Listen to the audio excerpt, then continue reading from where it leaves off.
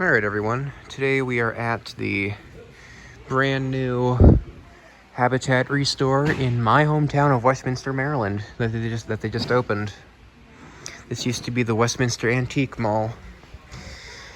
And unlike the Columbia Restore ever since it moved, they actually have fans here. There's a Noon Box Piedmont Plus.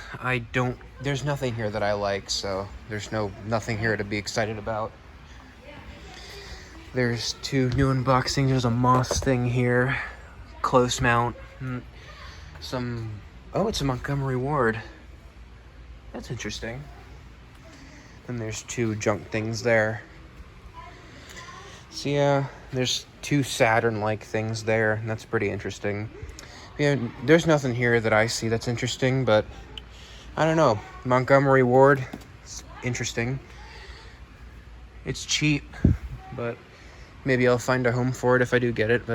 And the fan controls are over there, and behind this shelf is the donation area, so I can't mess with the fans anymore, as opposed to the antique mall days.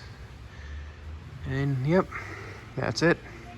Thanks for watching. I'll be coming here more often looking for fans, so because at least they have some. So yep, that being said, thanks for watching.